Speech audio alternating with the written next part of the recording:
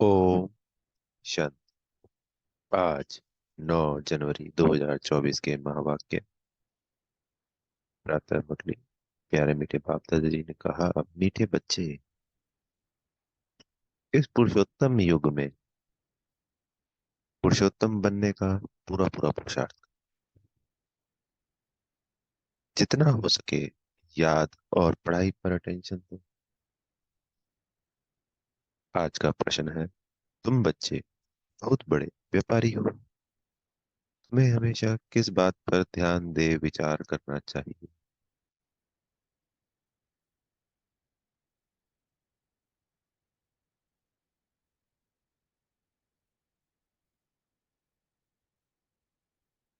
उत्तर है, हमेशा घाटे और फायदे पर विचार करो।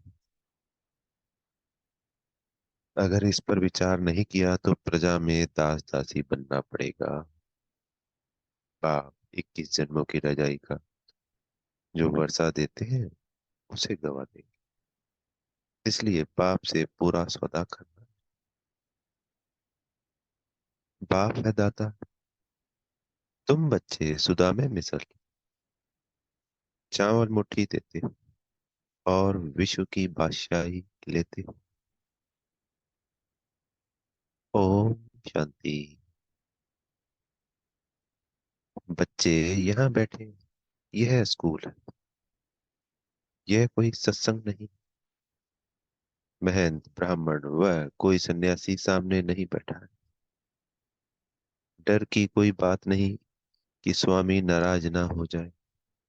भक्ति मार्ग में जब कोई साधु सन्यासी को घर में बुलाते हैं तो उनके पांव धोकर मिलते हैं।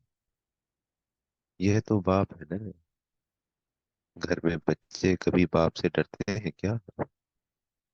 तुम तो साथ में खाते पीते खेलते हो। सन्यासी गुरु आदि के साथ ऐसे करते हैं क्या? वहां तो सारा दिन गुरु जी करते रहते हैं। यहाँ तो ऐसे नहीं करना है। यह तो बाप है। गुरु से अपना वर्षा, टीचर से अपना वर्षा मिलता है। बाप से तो प्रॉपर्टी मिलती है। बच्चा पैदा हुआ और वारिस बना। तो आज बाबा यहाँ पे ये समझा रहे हैं कि जो मधुबन में जब हम बच्चे बैठे हैं तो हम अपने पिता के पास हैं। हमारा अपना घर है। तो पिता के पास कैसे होता है बच्चा? हमेशा खुश, निश्चिंत, मौज में। और जगह तो सब सत्संग होता है, गुरु लोग होते हैं, डर भी होता है। पर यहाँ तो पिता है, तो पिता के साथ तो डर नहीं होता।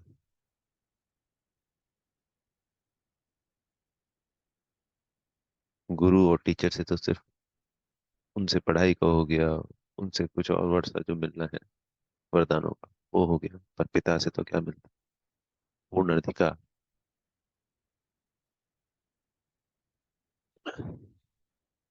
प्रेम, सुख, शांति, सब पिता से मिलता। पूरी प्रॉपर्टी मालिक होते हैं, पिता के भी मालिक होते हैं। यहाँ भी बाप के बच्चे बने, बाप को पहचाना। बस हम स्वर्ग के मालिक हैं। बाप है ही स्वर्ग का रचयिता।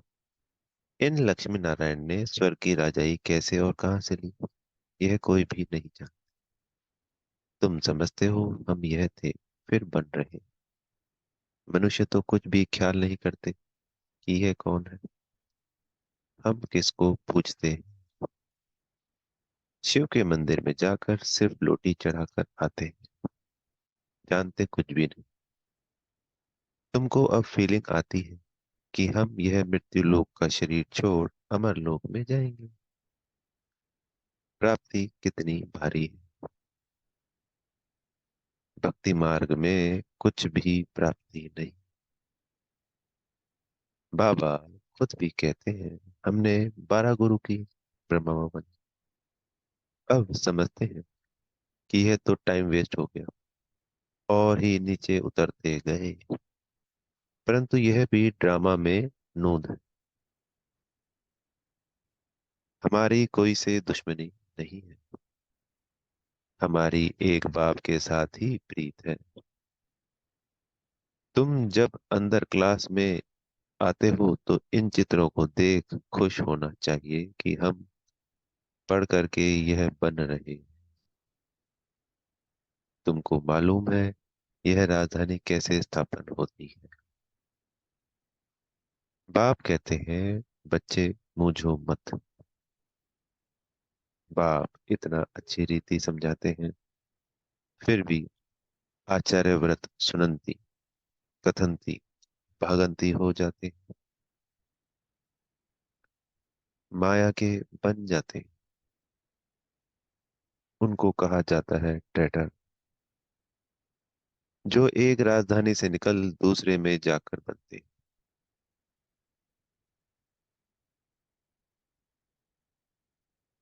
तो जो बच्चे छोड़ जाते हैं, पापा कहते हैं उनको ट्रेटर कहा जाता है।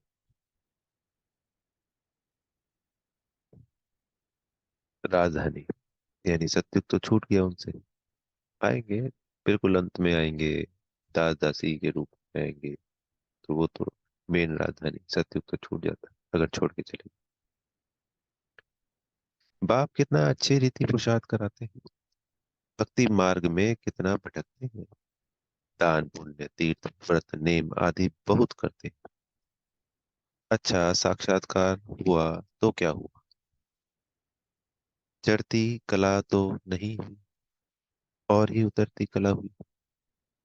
तुम्हारी दिन प्रतिदिन चढ़ती कला है, बाकी सबकी है उतरती कला। गुरु लोग भी कहते भी हैं, ज्ञान ब्रह्मा का दिन है, भक्ति ब्रह्मा की रात है। ज्ञान और भक्ति में रात दिन का फर्क है। ये नदी के दो अलग अलग किनारे हैं। वैसे तो एक नदी के नहीं कहेंगे, क्योंकि दोनों अलग अलग रास्ते हैं पूर्ण रूप से। पर एक ही जगह देखें तो दोनों किनारे हैं, जो कभी नहीं मिल सकते।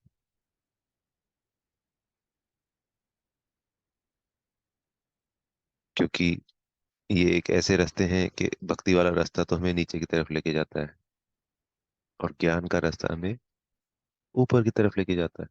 तो इसलिए एक नदी का दो किनारे तो नहीं कहेंगे, पर ऐसे किनारे जो कभी आपस में मिल नहीं सकते, जो बिल्कुल विपरीत है।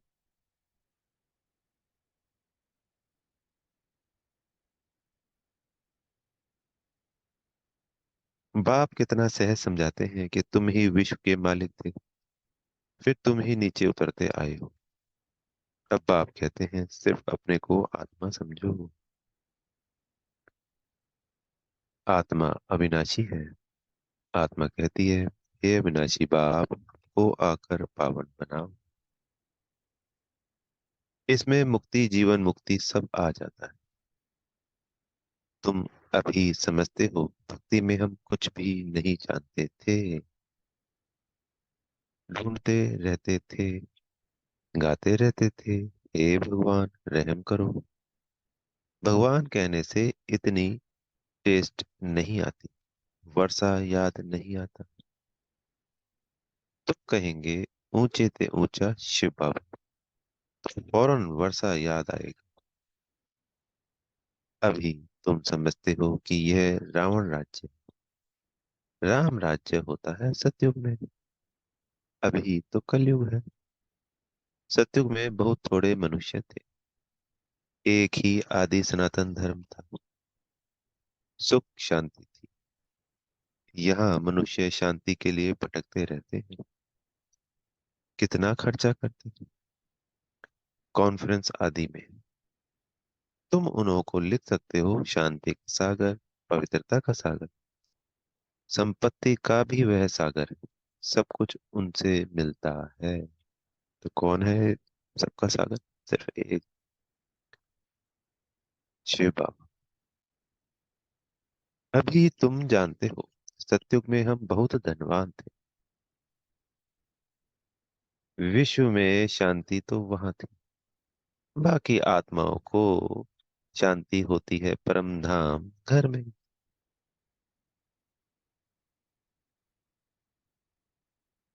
विश्व में हम अकेले ही थे तो सुख शांति सब था। तो बच्चों को बहुत खुशी होनी चाहिए। ऐसे स्वर्ग के लिए शास्त्रों में क्या क्या बातें लिख दी। अब आप कहते हैं मैं तुमको इतना समझाता हूँ जो तुमको कोई भी प्रश्न आदि पूछने की दरकार नहीं। तो बाबा मुरलियों के द्वारा हमें सबको समझाते थे।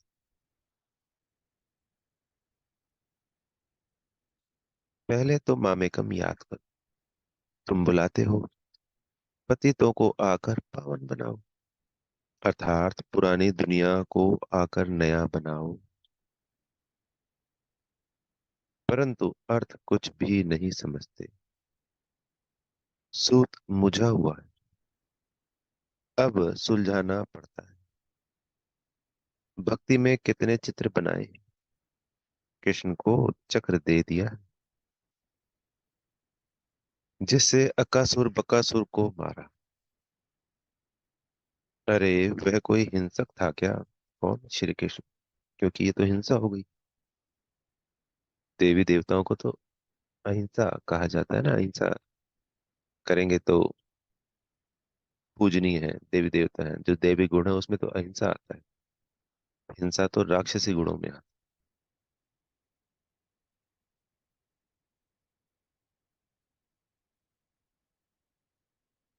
फिर कहते फलानी फलानी को भगाया, डबल अहिंसक बना दिया। वंडर है ना। जिन्होंने शास्त्र बनाए हैं उन्हों की बुद्धि की कमाल है। फिर उनको कहते व्यास भगवान।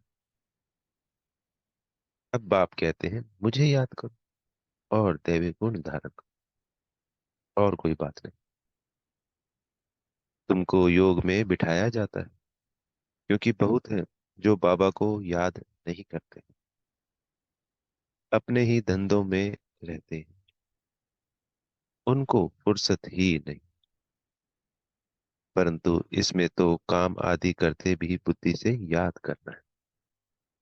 तो कोई भी हम कर्म कर रहे हैं दिन में, जैसे बहनें माताएं करती हैं स्थूल वर्क, खाना बनाना, अगर बर्तन है, झाड़ू है, कपड़े हैं, तो इस वक्त बाबा की याद में किया जा सकता है ये सारे काम। ऑफिस में मेंटली वर्क नहीं है, अगर फिजिकल वर्क है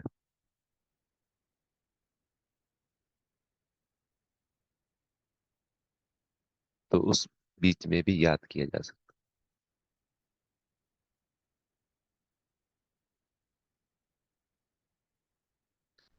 तुम आशिक हो मुझ माशूक के, अब मैं तुमको कहता हूँ, और संग तोड़ मुझ एक संग जोड़।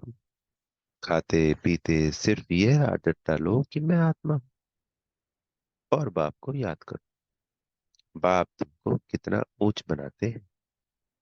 तुम यह पाई पैसे की बात नहीं मानते, मुझे याद नहीं कर, अपने बाल बच्चों को करते हो, मुझे नहीं कर सकते हो। वास्तव में निष्ठा अक्षर कहना रॉन्ग है। बाबा डायरेक्ट आकर कहते हैं माँ में कम याद करो। कल्प पहले भी सम्मुख बाप ने समझाया था, अभी समझाते हैं मीठे मीठे बच्चे। कल्प के बाद मिले हुए लाडले बच्चे, अब तुम्हारे 84 जन्म पूरे हुए। अब वापस जाने के लिए तुमको पवित्र जरूर बनना पड़ेगा। विकार में जाने के कारण ही तुम बहुत पतित बने हो। पावन नहीं बनेंगे तो पद भी कम मिलेगा। अपने को आत्मा समझ बाप को याद करो, और 84 के चक्र को भी याद करो। यही स्वदर्शन चक्र है। इसका अर्थ भी कोई नहीं जानता। मुख से ज्ञान शंख बजाना है। यह ज्ञान की बातें हैं जो हम रोज मुरली सुनते हैं, पढ़ते हैं। यही है वो ज्ञान की बात है। ज्ञान शंख बजाना अर्थात दूसरों को भी बताना, बाबा का मैसेज देना।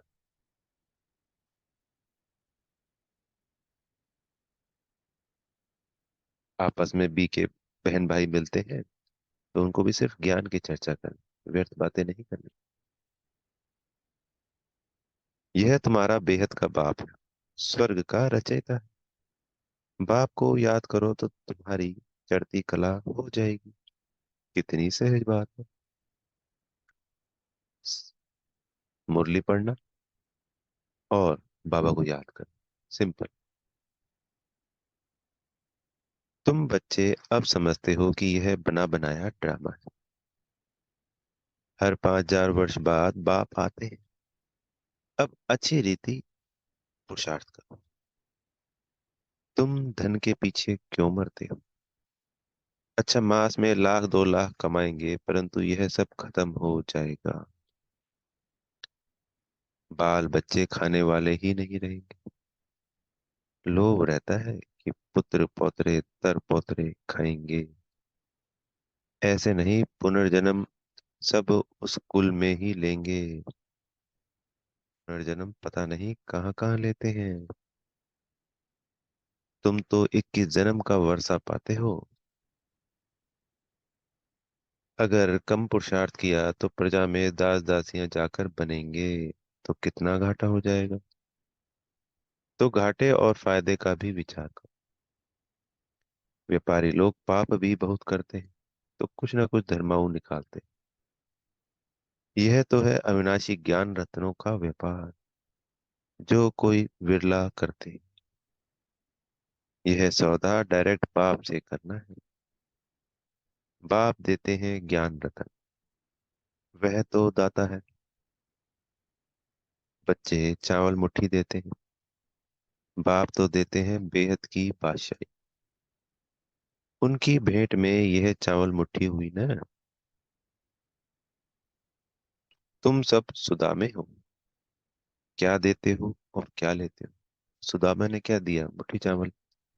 तो जो बाबा हमको देता है, उसमें कोई कितना भी दे दे, उसके सामने तो वो मुट्ठी चावल ही है सिर्फ।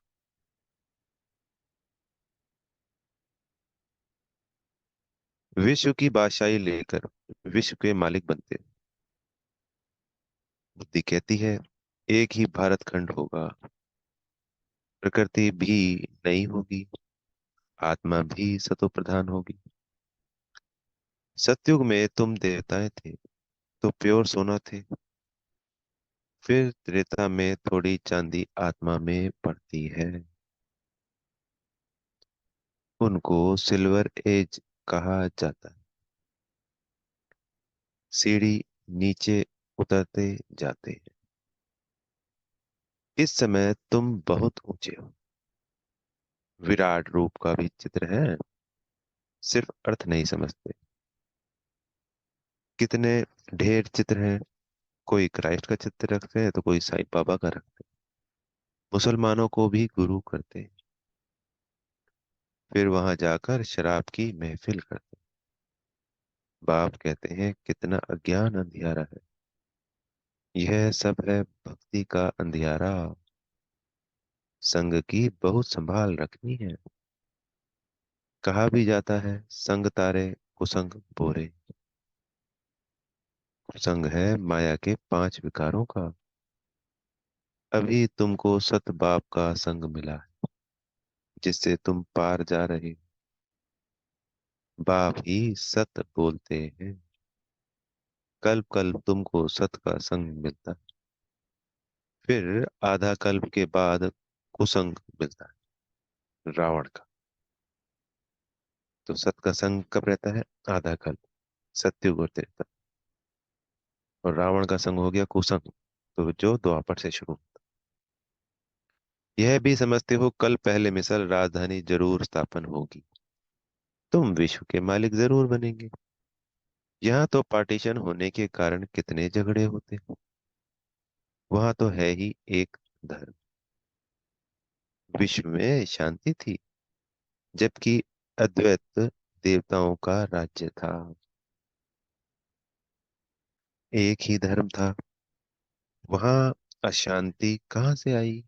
जब धर्म ही एक है तो कोई लड़ाई झगड़ा ही नहीं, सबकी एक मत है।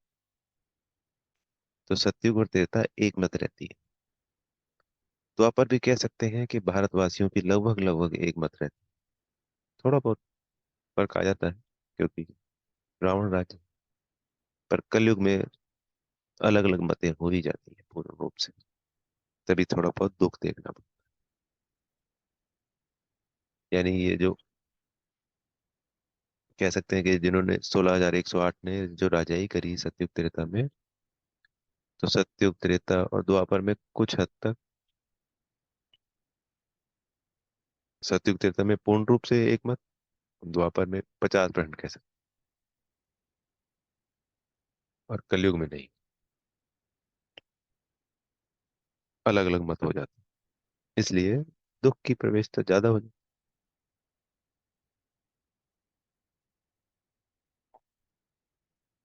स्पिरिचुअल नॉलेज से परमात्मा ने किंगडम स्थापन की है तो जरूर वहां सुख होगा। बाप का बच्चों पर प्यार होता है ना। बाप कहते हैं मैं जानता हूँ तुमको कितने धक्के खाने पड़ते हैं। समझते हैं भगवान कोई ना कोई रूप में आ जाएगा। कब बैल पर सवारी भी दिखाते हैं। अब बैल पर कभी सवारी होती है क्या। कितना अंधियारा है। तो तुम बच्चे अब सबको बताओ कि बाप सबको वर्षा देने आए हैं। ब्रह्मा द्वारा नई दुनिया की स्थापना हो रही है। बाबा हमेशा बढ़ के झाड़ का मिसाल देते। वैसे इनका जो फाउंडेशन है, फिर वही स्थापन कर रहे, और कोई धर्म रहेगा नहीं। भारत है अविनाशी खंड और अविनाशी तीर्थ। बाप का बर्थ पैलेस है ना। बाबा मीठे मीठे बच्चों को कितना प्यार से समझाते, टीचर के रूप में पढ़ाते। तुम बच्चे पढ़कर मेरे से भी ऊंच चले जाते हो। मैं तो राजाई लेता नहीं हूँ। तुमने मुझे कभी स्वर्ग में बुलाया है क्या कि आओ मैं तुमको स्वर्ग में भेज देता हूँ। कितना मजे का खेल है। बाप कहते हैं अच्छा बच्चे जीते रहो। हम वानप्रस्थ अवस्था में जाकर रहता। बाप कहते हैं अब तो आफतें सिर पर खड़ी हैं, इसलिए पुरुषोत्तम बनने का इस पुरुषोत्तम संगम युग पर पूरा पूरा पुरुषार्थ करना है। बाप को याद करने का पुरुषार्थ करते रहो तो विक्रम विनाश होंगे, और जितना जो पढ़ेंगे वह उच्च कुल में जाएंगे। बाप कहते हैं अपनी घोड़ तो नशा चढ़े। सदा बच्चों को बाप से वर्षा मिलता है। लौकिक में तो बच्चे को मिलता है, बाकी कन्या दान होता है। यहाँ तो सब आत्माओं को वर्षा मिलता है, सो भी बेहद। तो शरीर से चाहे वो भाई है चाहे बहन है, यहाँ आत्माओं को वर्षा मिल रहा है परमात्मा से। इसलिए सबको अपने पुरुषार्थ अनुसार बराबर वर्षा। कोई ये नहीं कि शरीर बहन का है तो वर्षा कम मिलेगा या नहीं मिलेगा, ऐसा। तो इस पर पूरा ध्यान देना चाहिए। भगवान पढ़ाते हैं एक दिन भी मिस नहीं करना चाहिए। बाबा को कहें कि मुझे फुर्सत नहीं है। अरे आत्मा को फुर्सत नहीं है मेरे से पढ़ने ली, यह कहने में शर्म नहीं आता। अच्छा मीठे मीठे सिकीले दे बच्चों प्रति माता पिता बाप दादा का याद प्यार और गुड मॉर्निंग। रूहानी बाप की रूहानी बच्चों को नमस्ते। हम रूहानी बच्चों की प्यारे मीठे रूहानी बाप दादाजी को याद प्यार गुड मॉर्निंग और नमस्ते। धारणा के लिए मुख्य साथ पहला पॉइंट, संग से अपनी भूल संभाल कर एक सत बाप का संग करना। माया पांच विकारों के संग से बहुत दूर रहना। दूसरा है पढ़ाई पर पूरा ध्यान देना है। अपनी मस्ती में रहो। कहा जाता है अपनी घोड़ तो नशा चढ़े। एक दिन भी पढ़ाई मिस मत करो। वरदान है सेवा में स्नेह और सत्यता की अथॉरिटी के बैलेंस द्वारा सफलता मूर्त भव। जैसे इस झूठ खंड में ब्रह्मा बाप को सत्यता की अथॉरिटी का प्रत्यक्ष स्वरूप देखा। उनके अथॉरिटी के बोल कभी अहंकार की भासना नहीं देंगे। अथॉरिटी के बोल में स्नेह समाया हुआ है। अथॉरिटी के बोल सिर्फ प्यारे नहीं प्रभावशाली होते हैं। तो फॉलो फादर को स्नेह और अथॉरिटी, निर्माणता और महानता दोनों साथ साथ दिखाई दे। वर्तमान समय सेवा में इस बैलेंस को अंडरलाइन करो तो सफलता मूर्त बन जाएंगे। स्लोगन है, मेरे को तेरे में परिवर्तन करना अर्थात भाग्य का अधिकार लेना। तो कोई भी बात है, कोई भी कर्म है जो हम शुकर्म करते हैं, जैसे बाबा ने अभी 2-3 दिन पहले भी बताया था कि मैं करते हैं हम, ये मैंने किया ये मेरा है। ऐसे नहीं, जो है वो तेरा है, जो किया बाबा ने किया। कुछ भी तन मन धन समय संकल्प श्वास जो हम लगाते हैं, जो अच्छे सुकर्म का। अव्यक्ति साइलेंस द्वारा डबल लाइट फरिश्ता स्थिति का अनुभव करो। तो आज का पॉइंट है, पहले अपनी देह के लगाव को खत्म करो, तो संबंध और पदार्थ से लगाव आपे ही खत्म हो जाएगा। फरिश्ता बनने के लिए पहले यह अभ्यास करो कि यह देह सेवार्थ है, अमानत है, मैं ट्रस्टी हूँ। फिर देखो फरिश्ता बनना कितना सहज लगता है। अच्छा, ओम शांति। बेहद का शुक्रिया प्यारे मीठे बाप दादाजी का।